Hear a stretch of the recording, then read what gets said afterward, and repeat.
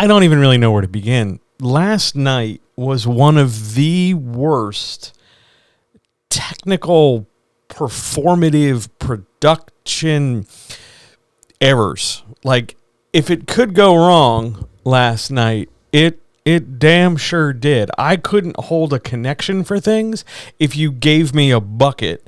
You could take 2 cans and some string and cross the Grand Canyon in a hurricane and have a better connection between 2 people than what I had last night. So I thought this morning, while the sun is out and, I'm just kind of hanging out, I thought I'd do a do-over. See the graphic over there? I thought I'd do a do-over. I thought I'd give this well, now it's just dinging at me. I thought, let's give this one more try and get something up and get some audio out and treat it like any other recording. Does that sound good to you? You okay with that? So if you'll indulge me as I, cue things up and get things moving, we can get started. So consider this the do-over of the March 9th Writers Chat. I'm going to, of course, make some quick trims and changes because I'm recording it, so I don't want to do all the hoopla of production. I thought I would just get right to the questions. But thanks for sticking by me the 6? Was it 6? 6? Yeah, 6. The 6 times it didn't work. Thanks. I don't know if you can tell, but over my shoulder here, I've got a whole spool of cable, so I can just work on that this afternoon and, get everything together. I don't know why it's dinging. Oh, that's why it's dinging. Nothing you need to worry about. Okay, let's just get started.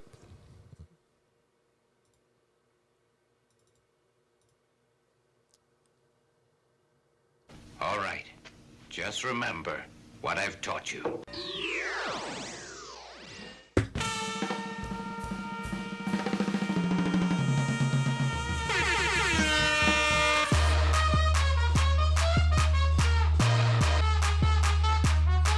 What the fuck is that?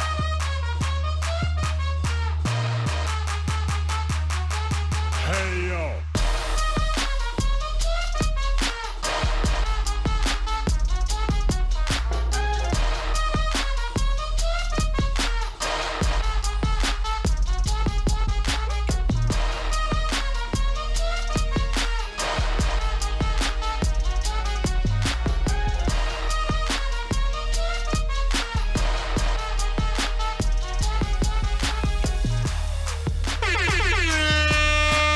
Let's go while we're young. So here we go. Hey, you can see the cable in the background. How nice, how messy, how delightful. So this is the do-over for the March 9th chat, and I hope it's okay. It's not. Maybe let's not call it a do-over. How about we call this the director's commentary? I always like those things. That always sounds more professional and more technical. So, if you're watching this video on YouTube, it's blue. I know the background's blue. I was kind of expecting, more to it. I'm a little bit bummed, but I'll see what I can do starting next week with a better background. For now, hello. Hi, everybody. Let's get started. Ready? First question. What's the worst mistake people make with world building? Now, world building is so often talked about in terms of quantity, right? This idea of you've done like an absurd ton of world building, too much world building. Every blade of grass, every flower, every country, every shoe and shoelace and hat all have tremendous backstory and incredible meaning.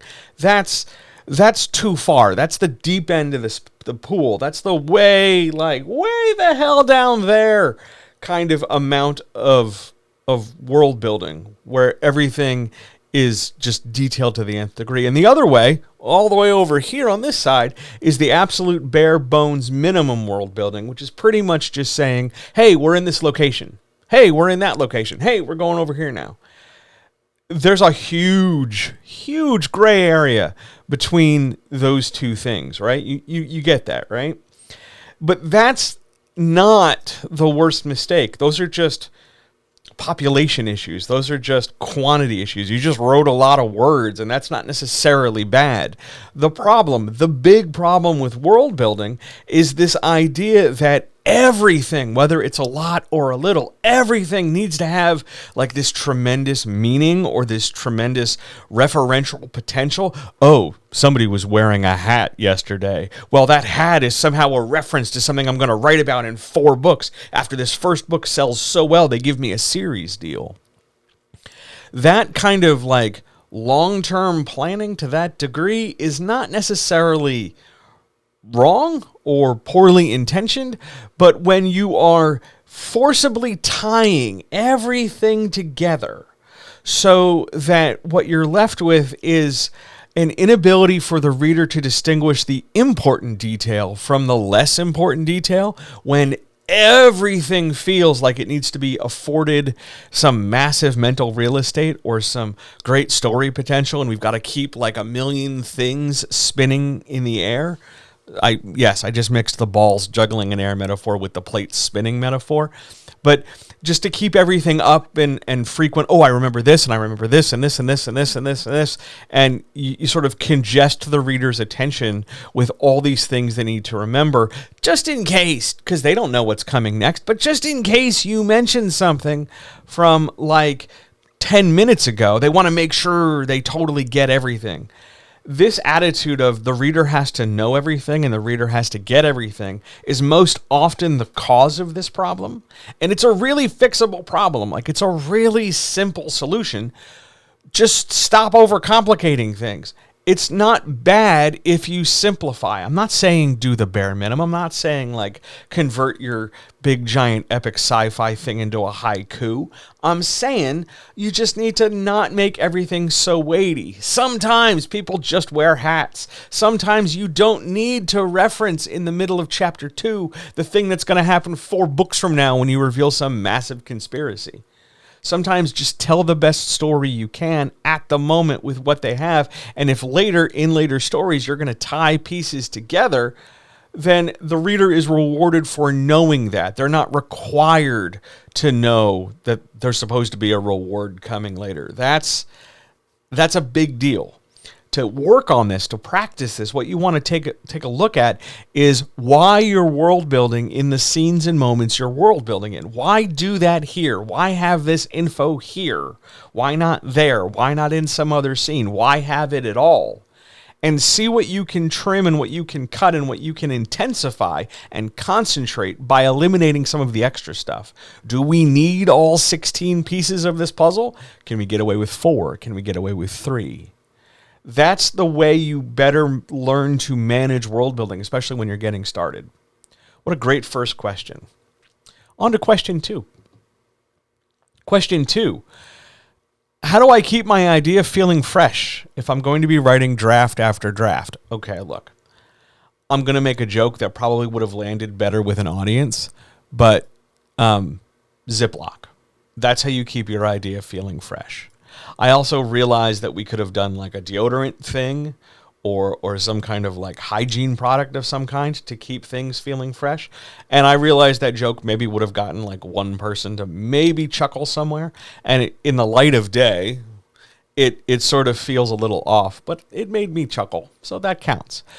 How you keep your idea feeling fresh when you know you're going to be writing multiple drafts is the wrong way to approach the problem. So from the beginning, you're putting yourself at a disadvantage. The idea is always fresh because it's your idea. The issue is your relationship to it. Does it feel like this draft and this passage and this paragraph and that thing and this rewrite and this and this, that? Is it exhausting you? Oh my God, I gotta keep writing. Oh my God, I gotta keep doing this thing. What the hell? This is so much stuff. I'm so tired of this. That's the attitude. That's the problem. That's the thing we're talking about here. The idea itself, this idea of, oh, here's my city, here are these protagonists, here's the plot, here's their spaceship, here's their this, here's their that, here's their romance novel, here's whatever your idea is. That in itself is fresh because that's the idea that brought you to writing in the first place. It's exciting by its very nature and premise. Your relationship to that idea as it stops being this fun, exciting, happy thing and turns into actual work. Because remember, this is about work. This is a job, essentially, and you are going to produce a professional level thing at the end of this process. So you're going to have to put some effort in. And that means your relationship to the fun, happy stuff is going to shift over time. But by and large, as I fix my sweatshirt, by and large, the overall view of this story that you're making is entirely up to you. Everything you do, every break you take for days, every paragraph you write, every time you hit enter, every word you polish and tweak, every idea you cut or add in, all that stuff has a chance to reinvigorate the excitement you have for your end goal. Now, wait, hang on. There are some people who are going to take this idea and constantly look too far down the road. They're going to worry about steps 22, 23, 24, 45, 95 when they're on like step 2. And that's a tough thing for new writers. That's a tough thing for people who've never really gotten deep into this process. They sort of wade in a few steps, freak out, and pull back. The way you manage that, the way you grapple with it, is to just break everything down into smaller steps. Rather than say, okay, I got to finish this draft by the end of the month. I got to finish this draft. I got to get 10,000 words. I want to finish this by the end of the year. Those sound reasonable because it's March and we're hopeful that the next 9 months of the year are expansive and not going to fly by. But remember, it was January not that long ago. It was Christmas prior to that. Time tends to feel like it accelerates. So what you want to account for instead is a smaller process. Okay, I have this scene to write. I have to stitch this together. I want to come back and attack just these 10 pages, just these 5 pages, just this one moment, just this one scene, and break it into smaller pieces. It's going to feel instantly more manageable. It's going to feel instantly more doable because you're reducing the number of things to do. And it's going to be more motivating for you because you'll see your progress more directly. It's the difference between saying, I'm going to lift up a handkerchief once versus I'm going to lift it up 1,000,000 times. Once seems easier, even though it's the same action over and over. So what you want to work on is your thinking, your mindset, this idea of, well, the idea is always fresh, but how you approach it is the variable, how you feel about it on a given day. And there are going to be days, I got to tell you, there are going to be days where you just don't like it so much. And that's not necessarily a bad thing. That's just how a thing is thing. Is that what I wanted to call it? Yeah, let's go with that. Let's just call it that and see what happens. You keep your idea fresh because you know where you want to go, break it into small pieces, and I think you'll see better progress along the way. Good question. On to the next. What's the difference? Question 3. What's the difference between active character growth and passive character growth? Okay, this is a little technical, so follow me here for a second. Character growth is synonymous. Another way to say character growth is moving along your character arc. And we're going to frame this in 2 different ways, actively and passively. With an active progression, active movement on a character arc, right? We're going from here to there. Active movement on a character arc gives us a chance to really see the character, make decisions, take actions, and then do stuff or have stuff happen as a result. They decide they're going to put the camera on and record. They decide they're going to grab the sword and go fight the dragon. They decide they're going to have the tough conversation with the other character. They make a choice, they follow through, and that breeds and develops stuff for the story. Causes and effects, right? Very easy to understand, very straightforward. The vast majority of character arcs are told actively. Characters do the thing under their own power. This isn't like mind control or indifference. It's, I'm this person. This is what I believe. I'm a character. There's my moral code. It guides me and steers me to approach these problems, the plot, subplots, whatever. It guides me to approach these problems in a certain way. So this is how it ends up being. I'm going to do it this way as opposed to that way. That's active growth. That's really easy to understand. Passive character growth, totally different ballgame. Because passive growth does not start from a position where a character makes decisions or where a character exerts any kind of agency. Passive character growth is character growth that is birthed or created by a character not being able to make a decision, not being able to do a thing. And I don't mean like intentional paralysis. I mean like it's out of their hands. A simple example might be you're writing a villager in a island community, and that island has a big volcano. When that volcano erupts and blows up or obliterates the village, the character's growth is a result of something they couldn't control. It's a result of the volcano.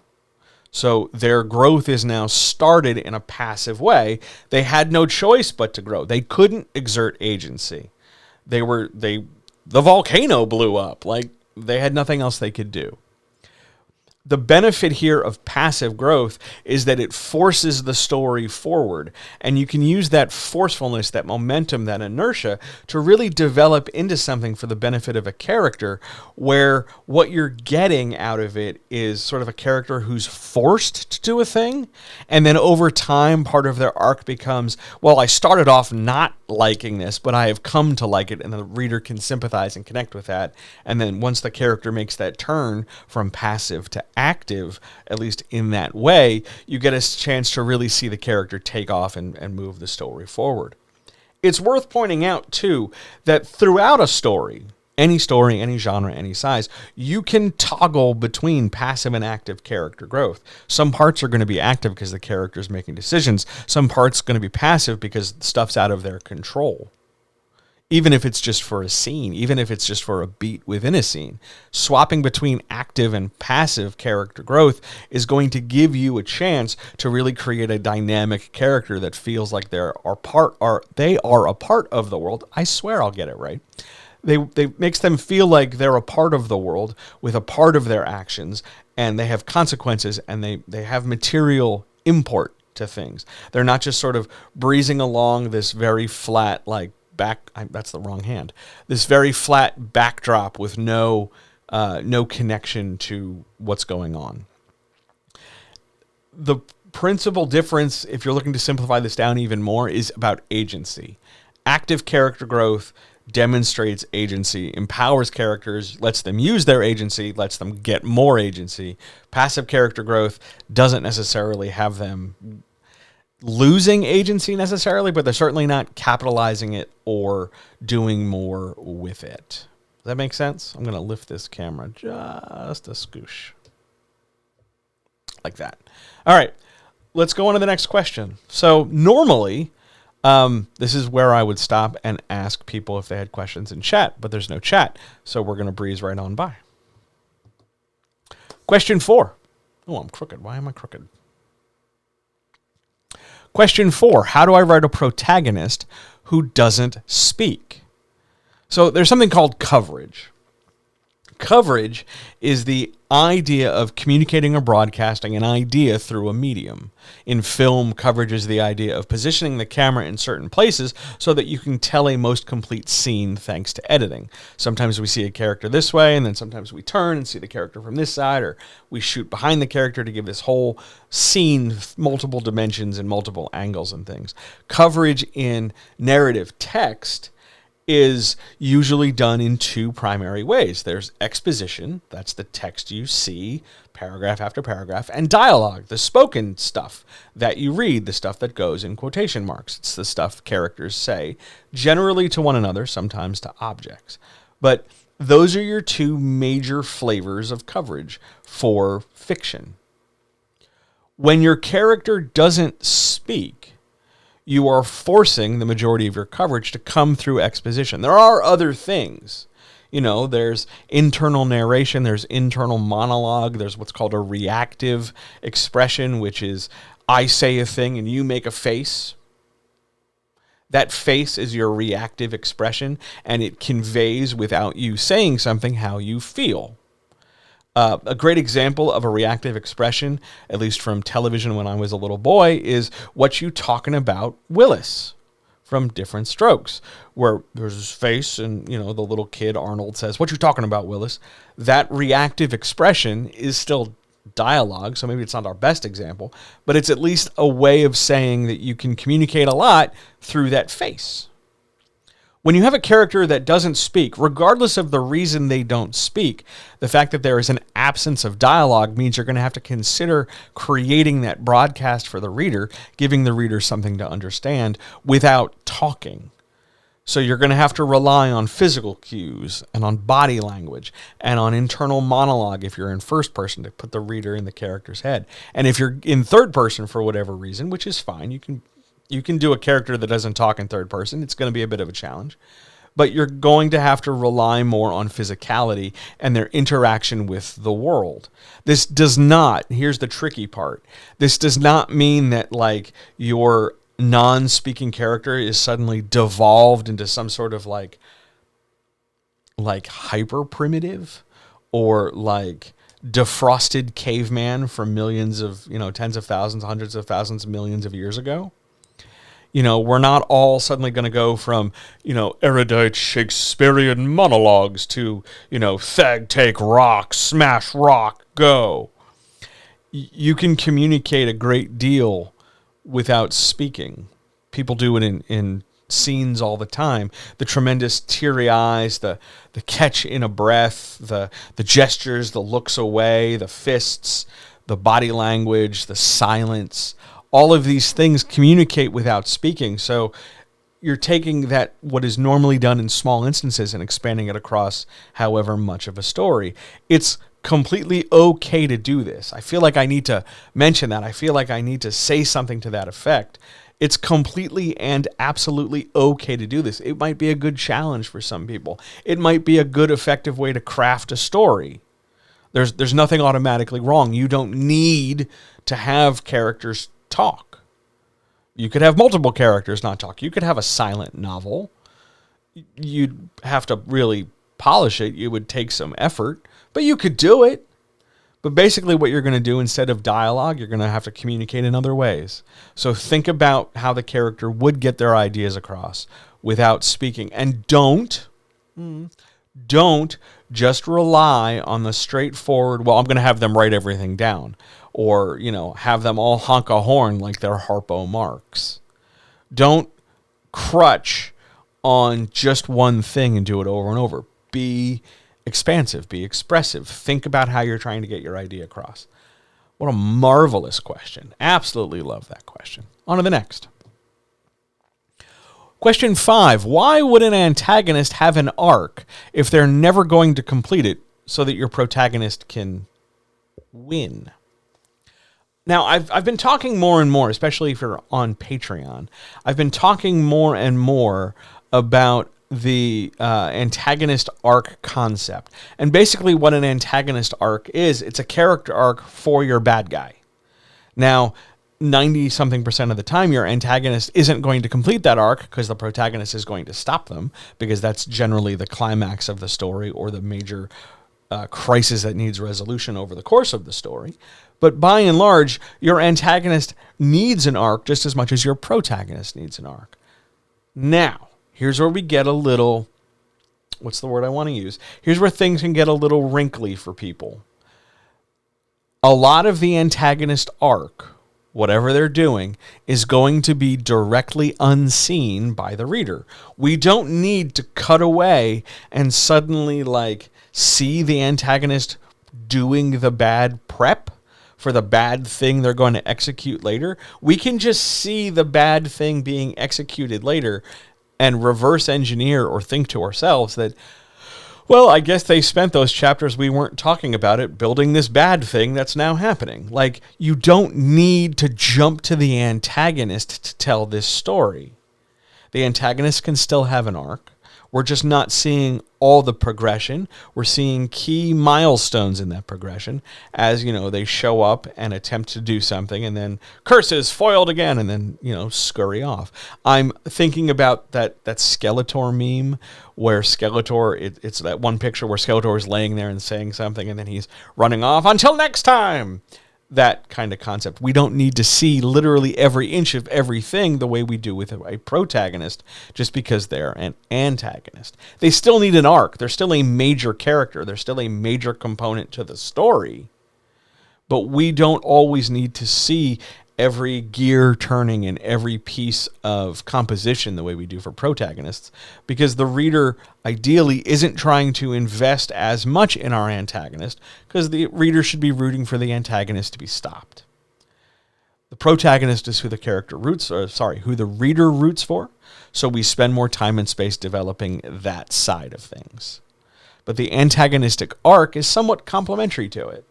If the good guy is fighting for truth, justice, and freedom, and the bad guy is fundamentally opposed to those things, then whenever the bad guy shows up, we know we're in opposition. So we only need to see the protagonist take action so that we can go, oh, well, I guess if the good guy is punching the bad guy must have done something to get punched. Yeah, that's a really simplistic way to approach it, but it's still a pretty straightforward way to handle it. You give your antagonist an arc so that it doesn't feel like they're just sort of like waiting, like just over there. Oh, is it my cue? And then they come in and do their thing, and then they go back to waiting. You want to make it feel like they're in motion just as much as the protagonist, just as much as the world, just as much as the rest of the plot is. This will probably get talked about this coming week in Patreon. Let me actually, you know what we're going to do? We're going to do some live adaptation here. Hang on. Let's do it this way. There should be a graphic. I just haven't made it. But we're working on the fly here. So if you jump down there to the Patreon, next week's story, next week's thing you'd be getting if you were a Patreon patron is the classic 80s movie War Games, which has a great example of an antagonistic arc that you can't see because your antagonist is a big giant computer with blinking lights. So you don't get to see the computer doing anything until much later in the movie. Until then, it just sort of blinks and makes like computer noises. So if you want to get into antagonistic arcs, if you really want to talk about like how these things work and what's going on, come check out the Patreon next week. $2 a month, gets you a year's worth of writing advice. And also we watch some really good movies. So I think you'll like it. All right, let's keep moving. Good questions all around. Oh my God, it's gentle advice. So hang on while I actually cue the sound. Gentle advice. Number 6. Am I always going to be bad at query letters? I'm going to sigh. I'm going to make a face. I'm going to say a thing because it's not a bad question, but come on. You're not always going to be bad at query letters. You're just not. That's not how this works. You'll get better at a thing if you do more of a thing. I understand that query letters are discouraging. I understand that it's really frustrating. I can understand that it feels like, what the hell am I supposed to give these people? What am I supposed to do? This is just too damn much. And it's so many options, and everything I try seems to fail, and it's always a problem. You can get better at them. It's a learned skill. It's something you can get better at. You just need to practice, and ideally you just need to get help with it. A lot of people stumble and fumble their way through query letter production, relying on like the same 4 listicles that you Google how to write a great query letter. And it's the same steps over and over. You start where the action is. You make sure you mention your character. You make sure you mention your plot. You make sure you have a hook. And those are all true things. That's all fine, well, and good. But it still doesn't actually come down to how do I write those things? What words do I use and how do I organize them? And that's where something like writing coaching can help. That's where something like a 30-minute conversation with me, as a shameless plug, can absolutely make a difference. But you're not always going to be bad at query letters. You're not always going to be, hot garbage at it. If you practice it, you will, you'll get better at it. There were loads of things in this world. By the way, that's the website you want to go to. Click at the top for book an appointment. There's a free 30-minute one. If you ever want help with a query letter, jump on that. If you really want some dedicated long help, you can book an actual help me write a query letter session. It's all at writernextdoor.com. But you're not always going to be bad at query letters the same way you weren't always bad. Remember when, well, maybe you don't remember, but when you were very, very little as a human, you had trouble walking and you got better at it. And you had trouble counting, and you got better at it. You had trouble speaking, and you got better at it. You had trouble, feeding yourself and expressing your needs. You got better at it. So it is doable, but it just takes practice. You will not be bad forever at query letters. Great question. I got to move that closer to me next week. All right, on to Question 7. I have $200, John. How can I spend it to augment my writing? Okay. This was the question. We're going to go back to that director's commentary vibe.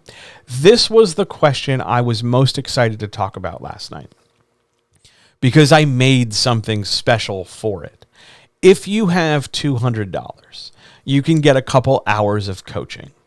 And that coaching can be conversations and help with literally anything you're doing. How to outline a chapter you're writing, fixing a single thing, fixing many things, writing a query letter, talking about motivation, talking about scheduling. Literally anything you want to talk about that has to do with writing, we can cover with coaching. And for $200, you can get 2 hours of coaching with a third hour for free. And if you go to bit.ly/200, the number 200, 200 special. I'm not sure if it has to be all caps. Maybe it might be. I'm not sure. I've never used a bit.ly before. But bit.ly/200 special will give you a chance to get a couple hours of coaching for $200. We can talk about whatever you want. We can cover whatever you want. But honestly, better than software, better than, another journal to write in, better than a stack of note cards, better than, spending it on random small things while you join more free Facebook groups or Discord communities or whatever. Spend that $200 speaking to a professional who can help you make big, giant, long-term career-based strides in your writing. That's going to take you much farther than anything else. No matter what you're writing, whether it's this book, the next 5 books, whatever, we can cover anything and everything, and I would be more than happy to help you. Just bit.ly/200 special, SPECIAL, 200 special will get you everything you need to get started. I really hope you check it out. It's that link works. I think it's good for a year. It's at least good through March and April. I know that. It's like good, and you should use it. Okay? But that's how I would recommend augmenting your writing. Get some full, big, hands-on, super help rather than hoping and praying that, one more journal, one more stack of outlines, one more note card, one more whiteboard, one more whatever is going to make the difference. Rather than fumble around in the dark and feel confused and rely on the same canned, impractical, inactionable internet advice, why don't you get some help? $200. Let's go. We can have a conversation anytime. I look forward to hearing from you. On to question 8. Question 8. Can you create tension with a solo character experience? And the answer is yes, you absolutely can. First of all, solo character experience is a very stiff kind of way to say, I only have one person in a scene, or I only have one character in a book. But you can absolutely create tension because even if our character is marooned on an island with only a volleyball to talk to, we can always have something for that character to be in conflict with, and that conflict can generate tension. Even if the conflict is, how do I get home? How do I survive? How do I feed myself? How do I light fire? How do I manage these things? How do I not die? How do I not give up? There's always some kind of tension to be found in a scene, even if there's nobody else in the scene to talk to or bounce off of. There's always some kind of conflict that can be developed, that can be hatched. It's possibly and likely going to include some amount of internal elements. It's going to be about how a character thinks and feels, because without somebody else to talk to, that character is going to end up in their head pretty frequently, if not nearly always. So there's always some kind of tension. There's always some kind of drama to manufacture, and there's always some kind of thing to exploit for the sake of drawing out tension and conflict to move a story forward. You can absolutely create tension. Here's some examples. A person marooned on a desert island trying to light a fire. Person slowly freezing to death in the Arctic with limited supplies. Person trapped in a building surrounded by zombies. Somebody marooned in space. Somebody going through their crappy day job, wondering if anybody's ever going to talk to them and feeling completely isolated. A rat lost in a maze, a bird in the sky. There's loads of different things you can do with a single character to have them consider and think and react and feel challenged by the world, their moral code, the possibility of their goal, the impracticality of their goal, their fears, their wants, their skills. Loads of different intangible and often conceptual things can generate tension. You just need to think a bit more about how you're going to develop it once you think of it. Okay, I'll have this character try not to freeze to death. How do I make that tense? I'm going to have this character survive something risky and be affected by it. How do I make that sustainable long term? Do a little bit more planning and you'll get there. But you can absolutely create that tension for a solo experience. Question 9. How do I prevent my dialogue from turning into spoken line, then an action, then another spoken line, then a spoken line, then another action, over and over? This is variation. So to preface this, what we want to talk about, what we want to do or say or have, especially on the page, is a variation in paragraph size, in sentence length, and in how we organize what we're saying. We don't always want our stuff to look like blocks stamped out from the widget factory. We want different length paragraphs, different length sentences, and we don't always want our dialogue to be in the same position over and over. We don't always want to have like 3 words, then a dialogue tag, then 3 more words. We don't always want to start a paragraph with dialogue. We want to, sometimes have back and forth and back and forth and back and forth and interrupt things. We want to create visual interest with our text for the reader so that they don't kind of like, oh God, glaze over and stare while they're reading in order to, try and manufacture interest. We want to keep them engaged, and we do that by giving their eyes something to do as they move back and forth and up and down the page. If you're finding yourself lapsing into a habit of here's a line of dialogue, here's another line of dialogue, then somebody takes an action, and then there's this over and over and over. So we have like 2 lines in action, 2 lines in action, or anything like that, 2 paragraphs in an action and 2 lines. When you find yourself locking into any kind of pattern, and part of this is, we'll talk about why it's difficult to spot it in a second.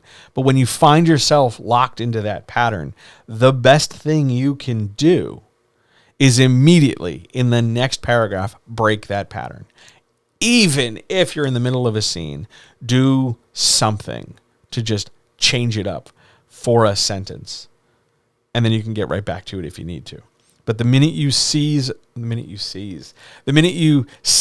on a pattern, the minute you totally, absolutely get it. Oh, look, I'm doing that thing. Break it.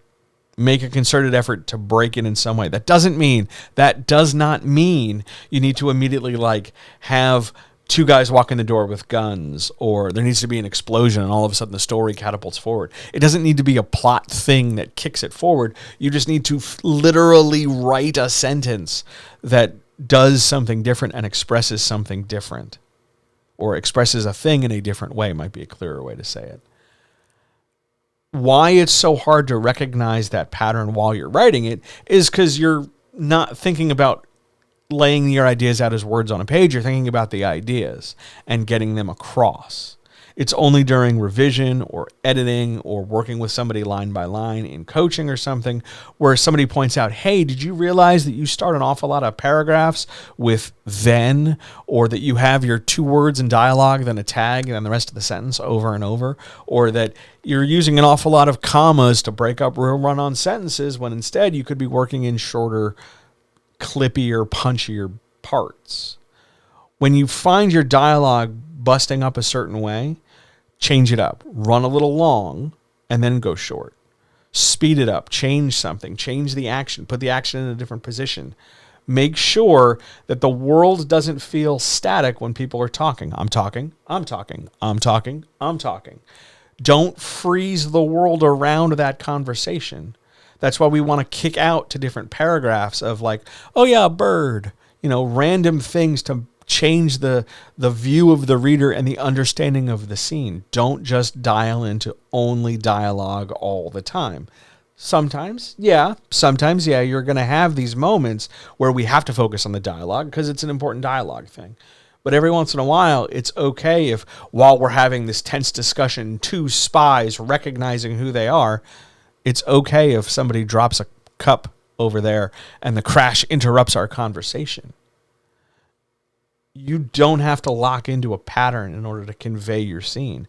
Think about your scene. Think about it as though it's a movie we're watching in our heads. Yes, absolutely. But don't be afraid to also slow things down, change the pace of things, speed things up. There's loads of opportunity there so long as you're willing to break your patterns when you start to recognize them. It does take practice. But as with anything else, like our bad query letters we talked about earlier, as with anything else, it's absolutely doable. Good question. I'm actually going to use this moment where I would normally ask questions in chat to get a mouthful of tea. This is not my preferred way to do a chat, but as a do-over, I'm having a pretty good time. All right, shall we keep going? We're almost done. Question 10. How do I know if my outline is too long and too detailed? It can't be. It can't be. You can make an outline that's long. You can make an outline that's detailed. But the idea of too outline, too detailed? No, that's not a thing. Just because you write it in an outline, whatever it is, whether it's the smallest jot and tittle detail, the smallest subatomic particle level of reference or something, just because it's like that, just because it's that granular, does not mean you have to write it into the manuscript. Just because it's on the outline doesn't mean you need to like carve it in stone and make sure it's there. You can skip stuff. You can improvise on the fly. Yeah, I know I wrote in the outline that it's got to be X, Y, Z, but if you, while you're writing it, you come up with a better way to say it or a better thing that you want to do that better thing. Don't get rigid with your outline.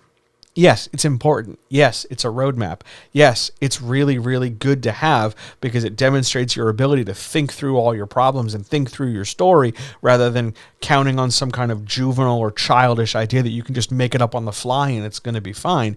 You don't want to get into a situation where you are kind of backpedaling or second guessing yourself because like a kid, you're just, oh my God, I'm going to do this and do this and do this and have it feel incoherent and pointless. Organization is everything when it comes to crafting big, complicated stories, long-form stories, series, etc. So you're going to have outlines that run long. I mean, my outlines for a lot of things are often just bullet points. And sometimes there are way more bullet points that I'll never get to.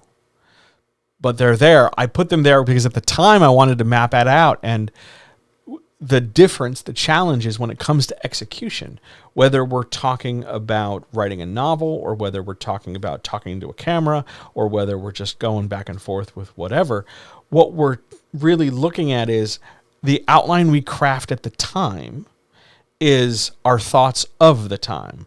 But when it comes to performance, we might change it up a little bit. And that doesn't necessarily make it bad. Like it's not wrong to do that. Like it's not the end of the world to do that. It's not the end of the world to deviate or break from your outline. Your outline was your roadmap. But if in the course of actually doing the driving, you find that the road is different or that there was a shortcut or that there was an easier way to go that still gets you where you want to be, sometimes it's okay to take that. Nobody's really, I mean, in some traditional publishing cases, somebody's going to ask to see your outline, especially if you're in multiple books in a series or, this is supposed to be it's the end of a trilogy, for instance, is a really common time to see an outline. Or some publishers or agents will ask for an outline if they have a feeling that maybe the writer's a little bit over their head with their idea. Yeah. But by and large, nobody's going to see your outline. And nobody cares, at least nobody outside of you, cares exactly how detailed it is. You can do and produce and have whatever it is you need to do, produce, and have in order to tell the best story. So if you want to have like a 7,000 page thing, I'm making up big giant numbers for hyperbole, but if you want to have like a big ass outline, well then have a big ass outline. It's totally fine. There's a caution. Here's a note. Here's a thing you might want to think about. If your outline, just looking at it and reading it and kind of catching up on it and going through it, if that outline is causing you some amount of paralysis, like you're just intimidated by the amount of stuff you have to do or the amount of detail you thought of before, start slashing it. Maybe that would be my best answer for what to do with a too detailed answer, like a too detailed outline. But you can always disregard it. You wrote it. You're the only one who's going to see it. You're the only one referencing it. Why not? I've seen outlines that were of 2 pages for a 400-page manuscript. I've seen outlines that were, 100 pages for a short story because of how the author wanted to break things down. And the short story itself was maybe like a fifth of the size of the outline, but the author really wanted to like dig in and tell this very crunchy, granular thing. And that's completely fine. There's nothing wrong with that. It's totally okay. So I don't always think the outline can be too long and detailed. Either use it or don't use it, or change it on the fly, or just skip it. It's fine. It's going to be okay. Good question. On to the next. Question 11. What is narrative scarcity? Narrative scarcity is one of the kinds of scarcity you can encounter in writing. There's narrative scarcity and in-world scarcity. They're your two most common forms of scarcity. In-world scarcity is where items in a world are rare. And that's usually done for dramatic purposes or tension purposes or just to create some kind of conflict or challenge. Like in a story with firearms, you make ammunition scarce to make firearms more valuable or dangerous, right? In-world scarcity generates challenge. Things are scarce, so people have to respond in whatever way. Gasoline in Mad Max is scarce, so it often generates or leads to conflict. In-world scarcity really makes sense for things. You can argue that like in-world scarcity also exists for MacGuffins. It's the only one. It's the only Ark of the Covenant, so of course everybody's going to fight over it. Or that it exists for monsters. Godzilla is the only Godzilla to Godzilla, so we have to do something about Godzilla. And that is a kind of in-world scarcity. But it's less talked about that way. In-world scarcity most often refers to the availability of goods or items that would otherwise affect a story. Narrative scarcity is the limitation or reduction of the number of things to tell the story. So it's a reduced number of scenes, It's a reduced number of characters. It's a smaller number of conflicts. It's a smaller number of fill in the blank with whatever narrative tool it is. Why do this? Because if you limit the number of things in your narrative, and I should point out, I'm talking about doing this effectively. I'm not talking about, screwing this thing up where you have too few things and bare bones. But being intentional and being purposeful with what you have and what why you only have 4 characters, or why you only have 1 location, or why you only have this many scenes, and really driving home whatever point you're trying to make because of that scarcity.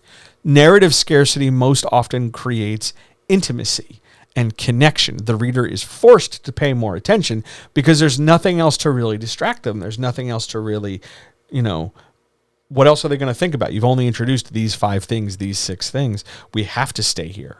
It collapses some of that psychic distance. We've talked about psychic distance in some earlier Monday night streams. But it collapses these things and it brings the reader in. It sort of zooms. I'm going to move the camera just for the sake of a gimmick. It brings the camera in closer. It makes the reader feel like there's more at stake. It makes the reader feel like... There we go. It makes the reader... Nope. There we go. It makes the reader feel like this is more important, even if it's something fairly small, like somebody just gets locked out of their apartment. Narrative scarcity is a useful tool for creating boundaries and constraining things. So if you have a big giant world and you want to tell just one small part of it for whatever reason, let's say it's a short story in an anthology, using narrative scarcity can focus the reader in to just your point for the sake of the short story before they go back through the anthology and go back to the big giant world picture. Narrative scarcity is a tremendously useful tool, especially for holding attention, because there aren't any, or there ideally aren't too many extraneous things that could take attention away. Narrative scarcity, great tool, big fan. On to our last question. Let's go.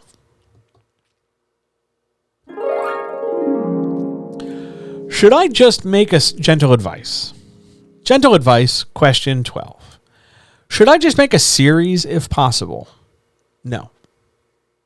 And I know that answer is fast and it seems flippant, but no. You do not have to automatically always plan to make a series. I know.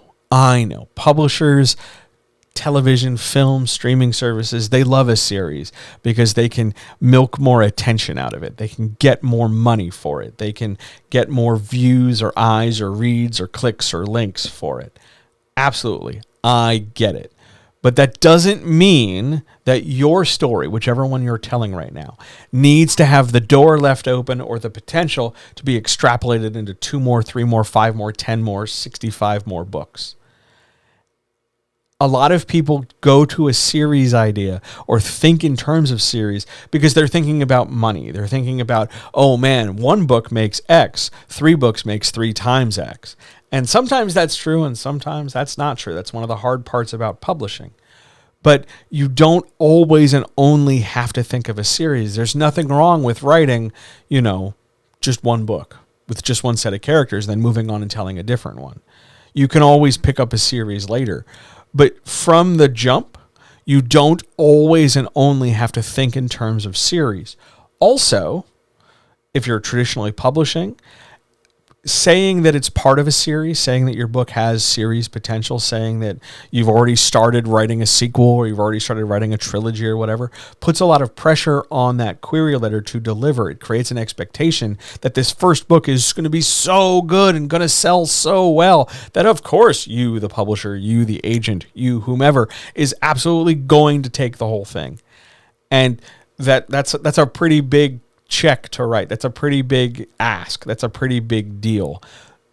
And series, as I've said, I don't know how many times, series are sales dependent. If you have a series and your first book sells okay, but not really well enough, not up to the expectations of the publisher, then they're not going to continue the series. I know you've been contracted for it, but they'll cut it off. They'll let it go.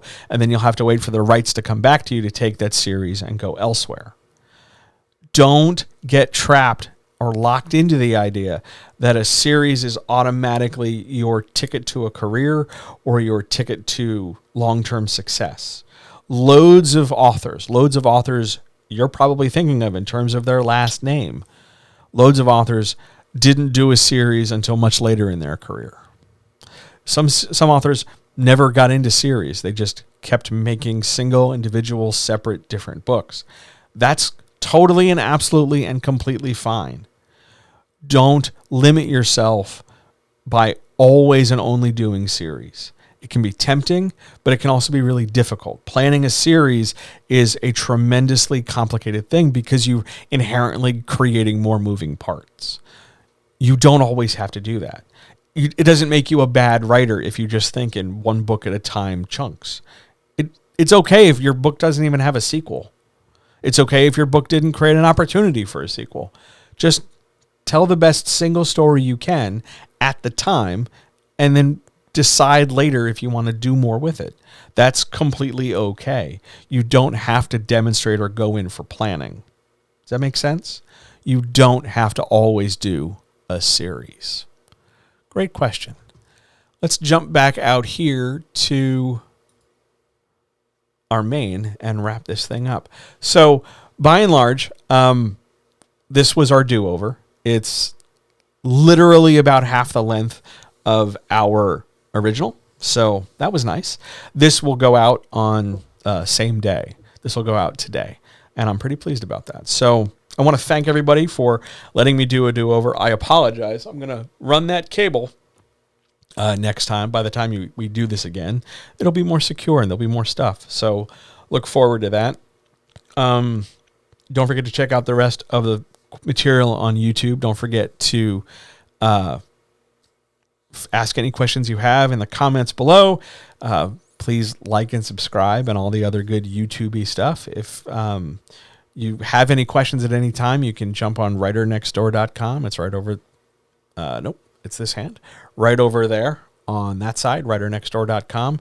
Book an appointment. There's a free 30-minute appointment. You're more than happy to come ask any questions you want anytime. If you want to be here live, if you want to be here for the next recording where I swear to you the internet's going to be more stable, twitch.tv/John helps you write better.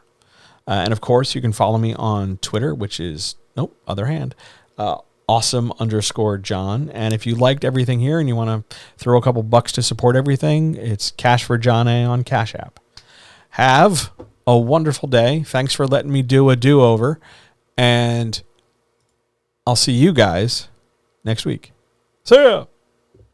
Air horns.